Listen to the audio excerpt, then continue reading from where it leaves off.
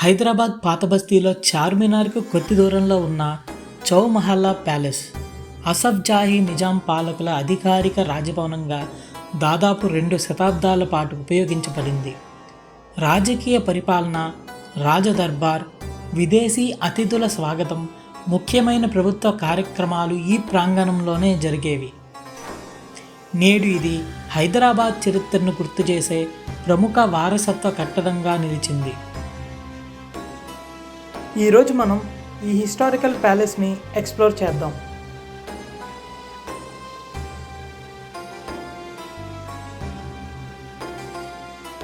చౌమహల్లా అనే పేరు పర్షియన్ భాష నుంచి వచ్చింది. చౌ అంటే 4, మహల్ అంటే రాజభవనం, అంటే 4 ప్రధాన రాజభవనాల సముదాయం. ఈ పేరు దాని నిర్మాణాన్ని ప్రతిబింబిస్తుంది.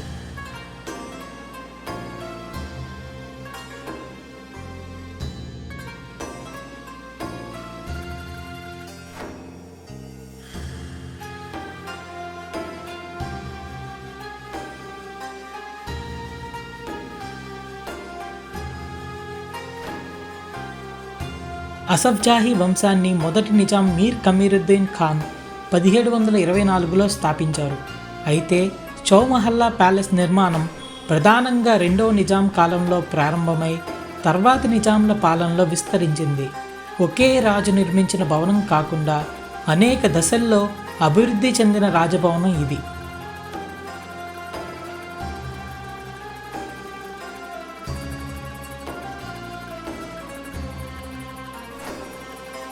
ప్రతి నిజాం తన అవసరాలకు అనుగుణంగా కొత్త భవనాలు, ఉద్యానవనాలు, అతిథి గృహాలు, పరిపాలనా భవనాలు నిర్మించారు. అందువల్ల ఈ ప్యాలెస్లో వివిధ కాలాలకు చెందిన నిర్మాణాల లక్షణాలు కనిపిస్తాయి.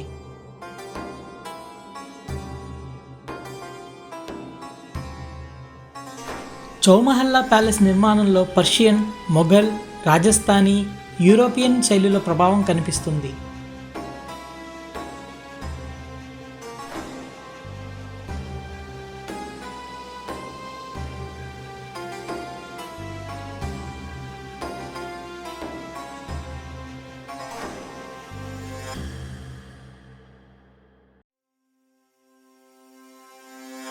విశాలమైన ప్రాంగణాలు, సమానంగా అమర్చిన స్తంభాలు, వంపులతో నిర్మించిన కమానులు, తెల్లటి గోడలు, మధ్యలో ఫౌంటైన్లు ఈ ప్యాలెస్కు ప్రత్యేక ఆకర్షణ.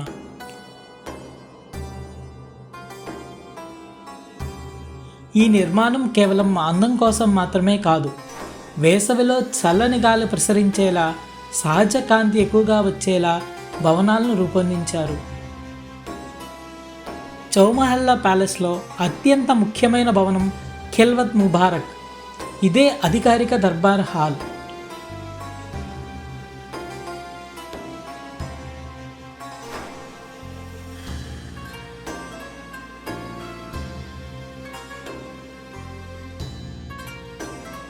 నిజాం ప్రజాప్రతినిధులు, బ్రిటిష్ అధికారులను, విదేశీ అతిథులను ఇక్కడే కలిసేవారు. కొత్త నిజాం పట్టాభిషేకం అనంతరం తొలి అధికారిక దర్బార్ కూడా ఇక్కడే నిర్వహించబడేది.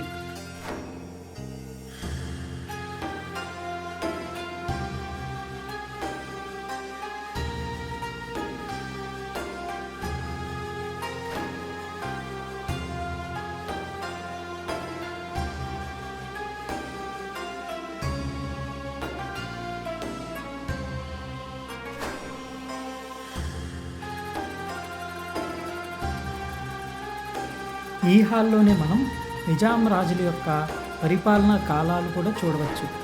ఏ రాజులు ఎప్పుడెప్పుడు పరిపాలించారు, వారి పరిపాలనా విశేషాలు అవన్నీ కూడా ఇక్కడ ఏర్పాటు చేయడం జరిగింది.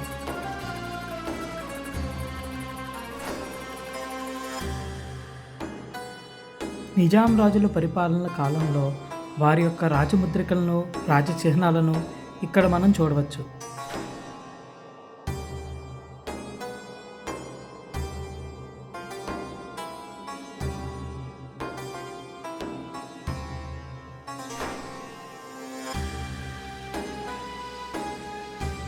ఈ హాల్లో కనిపించే భారీ క్రిస్టల్ చాండిలియర్లు ప్రధాన ఆకర్షణ.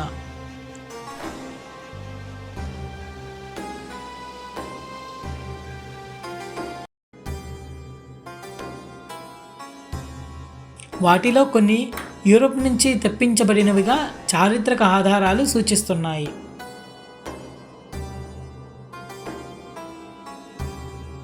ఇప్పుడు మీరు చూస్తున్నదే రాజదర్బార్.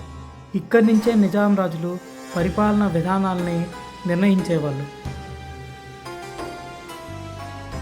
వాళ్ళ పరిపాలనలో మెయిన్ డెసిషన్స్ అన్నీ ఇక్కడి నుంచే తీసుకునేవాళ్ళు.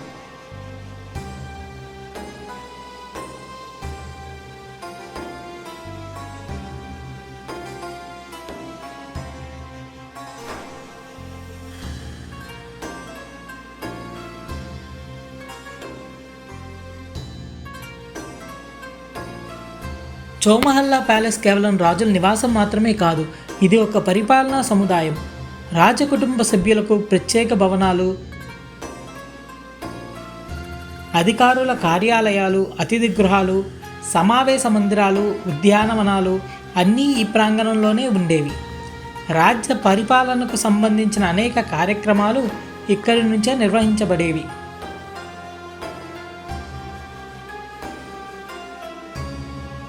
ప్రస్తుతం చౌమహల్లా ప్యాలెస్లో మ్యూజియం ఏర్పాటు చేశారు. ఇక్కడ నిజాం పాలకులు ఉపయోగించిన పురాతన కార్లు, రాజదుస్తులు, ఆయుధాలు, గడియారాలు, ఫర్నిచర్, అధికారిక పత్రాలు, రాజభవనంలో ఉపయోగించిన అనేక వస్తువులు ప్రదర్శనలో ఉన్నాయి.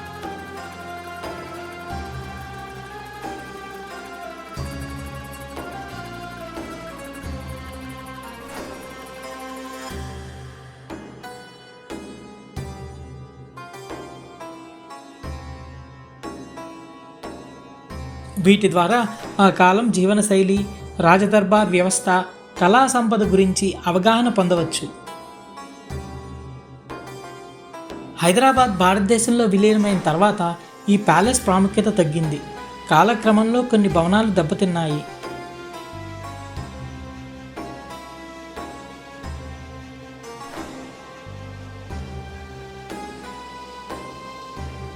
తర్వాత సంరక్షణ పనులు చేపట్టడంతో ప్రస్తుతం కనిపిస్తున్న రూపంలో పునరుద్ధరించబడింది. నేడు ఇది భారతదేశంలోని ముఖ్యమైన వారసత్వ కట్టడాల్లో ఒకటిగా గుర్తింపు పొందింది. నెక్స్ట్ మనం వెళ్ళేది హాల్ ఆఫ్ హెరిటేజ్ క్రాఫ్ట్స్. ఇక్కడ మనం నిజాం రాజుల యొక్క ఫోటోలను, వాళ్ళ యొక్క పెయింటింగ్స్ను చూడవచ్చు.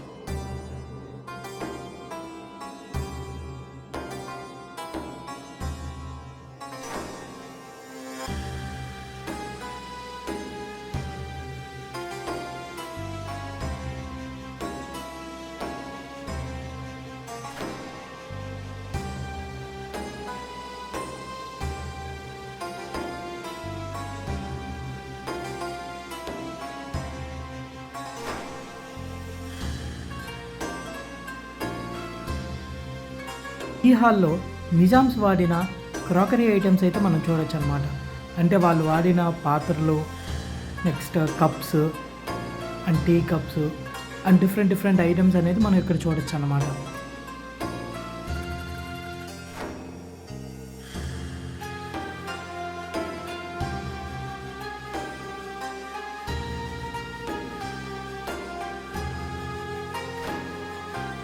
చాలా అద్భుతంగా డెకరేట్ చేశారు ఇవన్నీ. పైన మనం మంచి క్యాండిలియర్స్ కూడా చూడొచ్చు.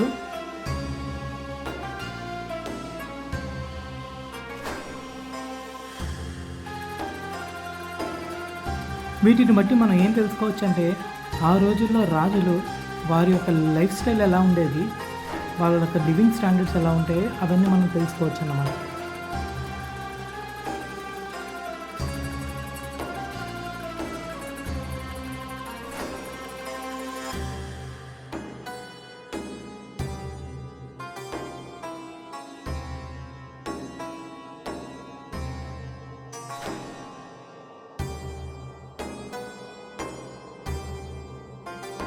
ఇక్కడ నుంచి పక్కగా చూస్తే మనం ఆ దర్బార్ హాల్ని కూడా చూడొచ్చు అనమాట. ఇది వచ్చేసి ఫస్ట్ ఫ్లోర్లో ఉంది.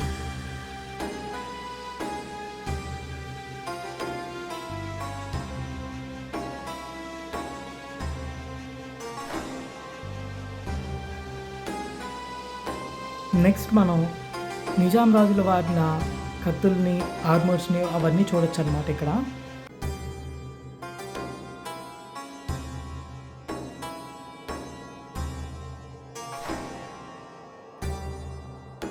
వాళ్ళు వాడిన డిఫరెంట్ ఆర్మోర్స్ని మనం ఇక్కడ చూడొచ్చు. ఈ నిజాం రాజులు ఒక్కొక్క సెరమనీకి ఒక్కొక్క రకమైన కత్తులను అయితే వాళ్ళు యూజ్ చేసేవాళ్ళు. అవన్నీ కూడా ఇక్కడ మనం చూడొచ్చు.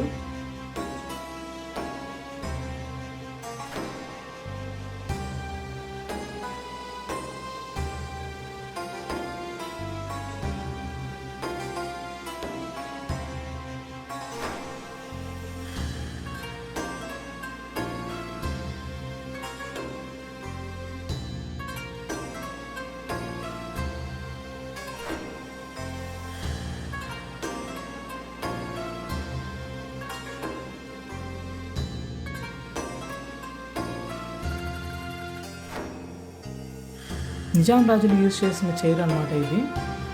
అది కూడా మనం ఇక్కడ చూడొచ్చు.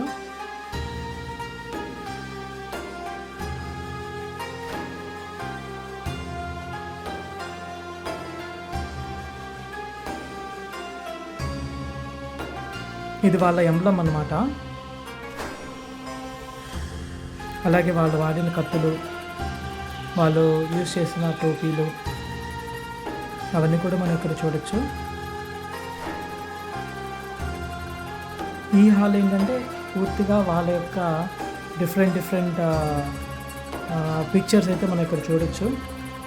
దాంతోపాటు వాళ్ళకి నిజాం రాజులకి భారత ప్రభుత్వానికి జరిగిన కమ్యూనికేషన్ కూడా మనం ఇక్కడ చూడొచ్చు. ప్రెసిడెంట్ ఆఫ్ ఇండియా పంపిన లెటర్స్, నెక్స్ట్ నిజాం రాజులు ప్రెసిడెంట్ ఆఫ్ ఇండియాకి రాసిన లెటర్స్ అవన్నీ కూడా మనం ఇక్కడ చూడొచ్చు.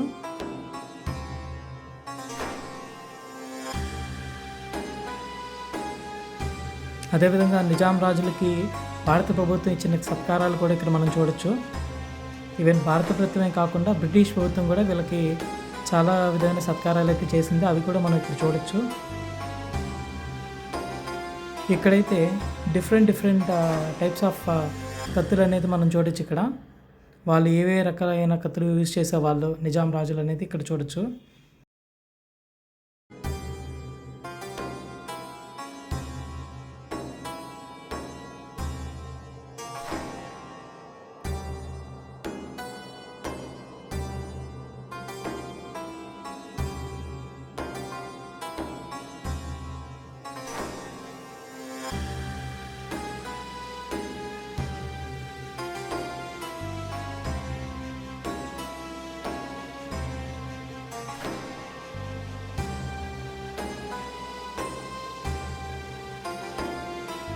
అదేవిధంగా వాళ్ళు వాడిన బాణాలు, ధనస్సు, నెక్స్ట్ కత్తులు అవన్నీ కూడా మనం ఇక్కడ చూడొచ్చు అన్నమాట.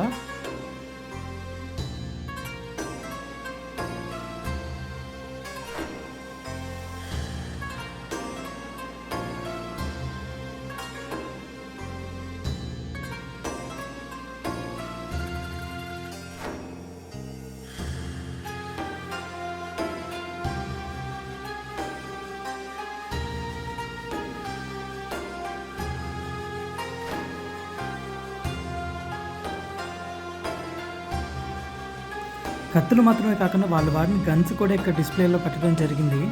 అవి కూడా మనం చూడొచ్చు.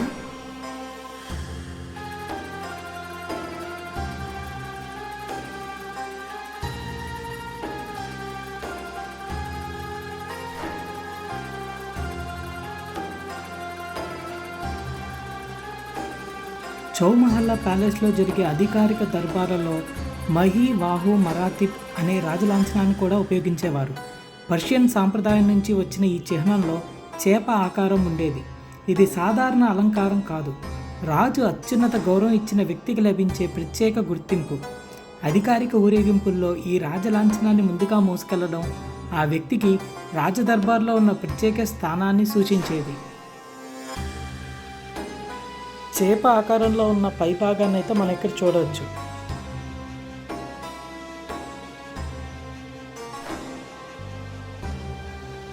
ఖిల్వత్ ముబారక్ నుంచి మనం బయటకు అయితే వచ్చాము. ఇక్కడ చూడండి అసలు ఎంత అద్భుతంగా ఉన్నాయి ఈచ్ అండ్ ఎవ్రీ స్తంభం దాని మీద మంచి డిజైన్లు అయితే చెక్కి ఉన్నారు. హోల్ కారిడార్ కూడా మనకి చాలా అద్భుతంగా ఉంటుంది చూడడానికి.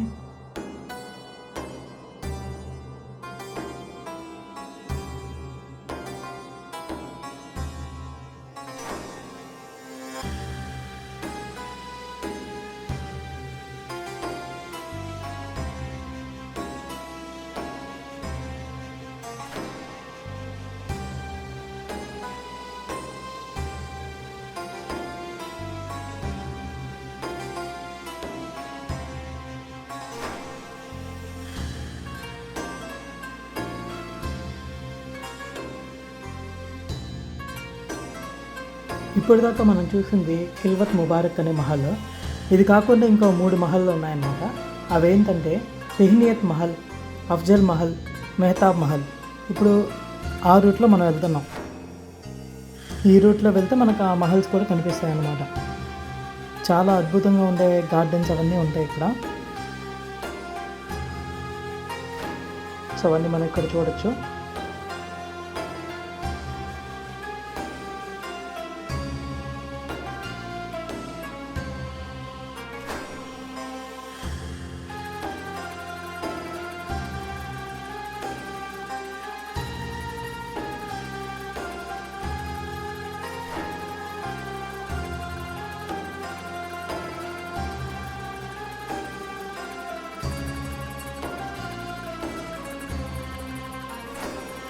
ఈ 3 మహల్స్ ఉండే ప్లేస్లో అత్యద్భుతంగా ఉండే గార్డెన్స్, మధ్యలో ఒక ఫౌంటైన్ కూడా మనం చూడొచ్చు.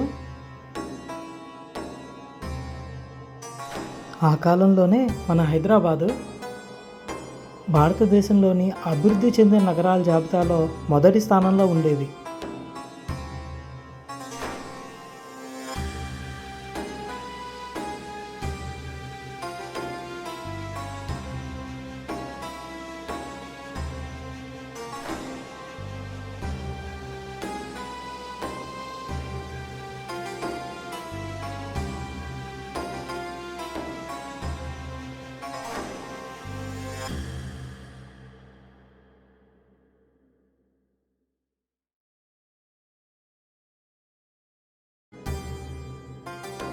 ఇప్పుడు మనం అఫ్తాబ్ మహల్లోకి వెళ్తున్నాం.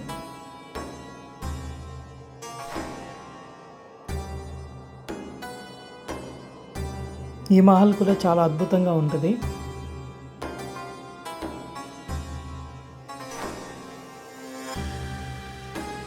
ఇక్కడ మనం నిజాం కింగ్స్ వాడిన ఫర్నిచర్ అండ్ వాళ్ళు వాడిన టెక్స్టైల్స్ కూడా మనం చూడొచ్చు.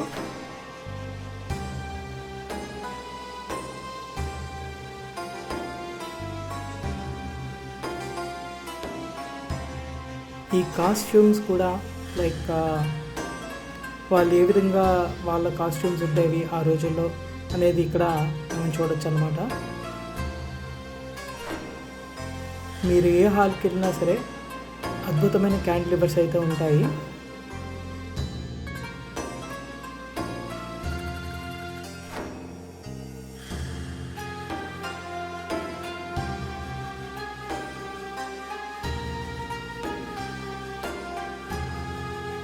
బయటికి రాగానే మళ్ళీ సేమ్ గార్డెన్స్.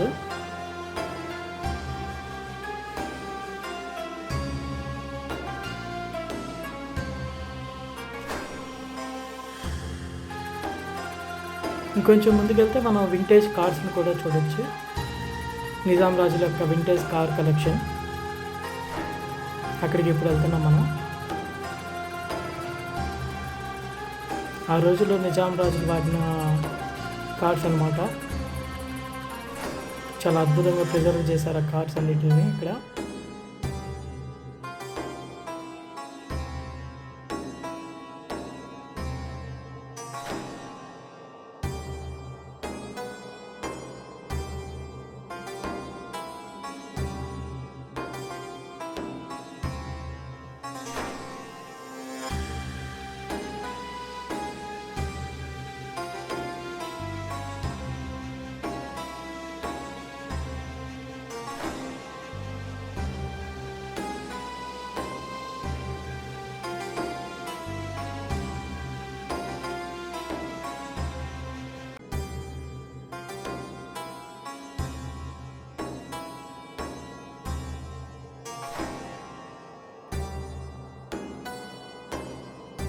చాలామంది ఇప్పటికీ చౌమహల్లా ప్యాలెస్కి ఈ కార్ కలెక్షన్ చూడడానికైతే వస్తుంటారు.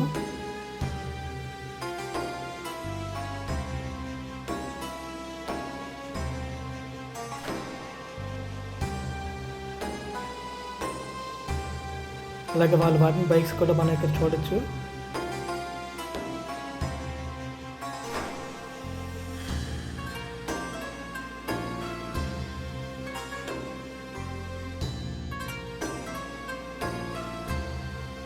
అలాగే వాళ్ళు వాడిన బగ్గీస్ అండ్ జీప్స్ కూడా ఇక్కడ చూడొచ్చు మనం.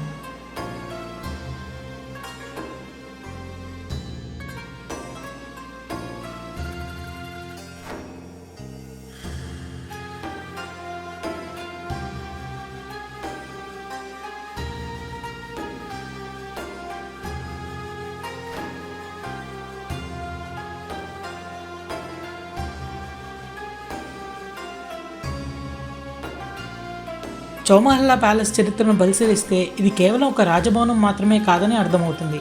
అసఫ్జాహీ పాలన, హైదరాబాద్ రాజకీయ వ్యవస్థ, కళ, నిర్మాణ సాంప్రదాయం, రాజదర్బార్ సంస్కృతి అర్థం చేసుకోవడానికి ఇది ఒక ముఖ్యమైన చారిత్రక ఆధారం.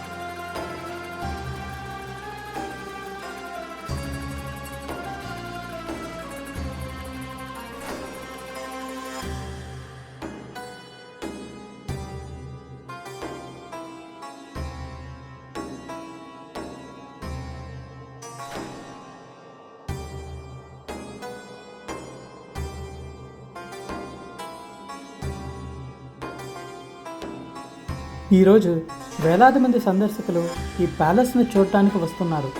ప్రతి భవనం, ప్రతి ప్రాంగణం, ప్రతి వస్తువు హైదరాబాద్ చరిత్రలోని ఒక అధ్యాయాన్ని మనకు గుర్తు చేస్తుంది.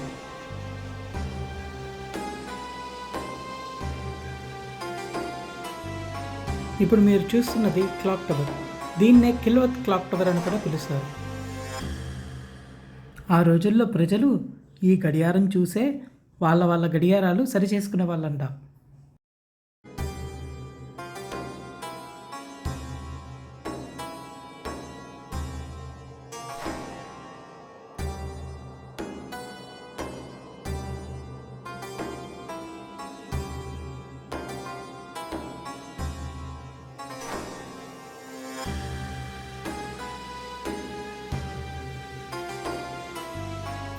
ఈ చౌమహల్లా ప్యాలెస్ చార్మినార్కి అతి సమీపంగా ఉంది.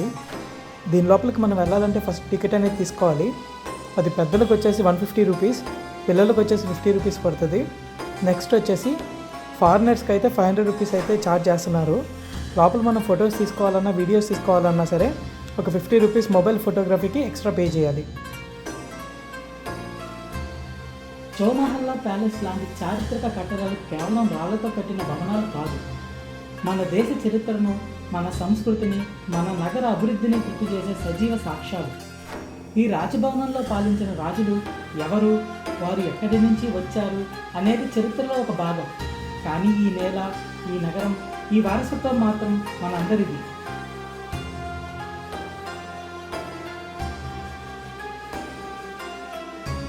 అందుకే ఇలాంటి వారసత్వ సంపదను కాపాడుకోవడం అనేది ప్రభుత్వ బాధ్యత మాత్రమే కాదు, మన అందరి బాధ్యత.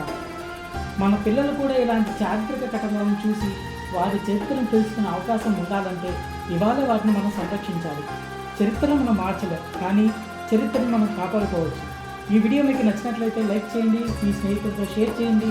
ఇంకా భారతదేశంలో ఒక గొప్ప చరిత్ర, ఆలయాలు, కోటలు, వారసత్వ సంపద గురించి తెలుసుకోవడానికి మా ఛానల్ ఓ ఎక్స్ప్లోర్ విత్ హరిని సబ్స్క్రైబ్ చేయడం మర్చిపోవద్దు.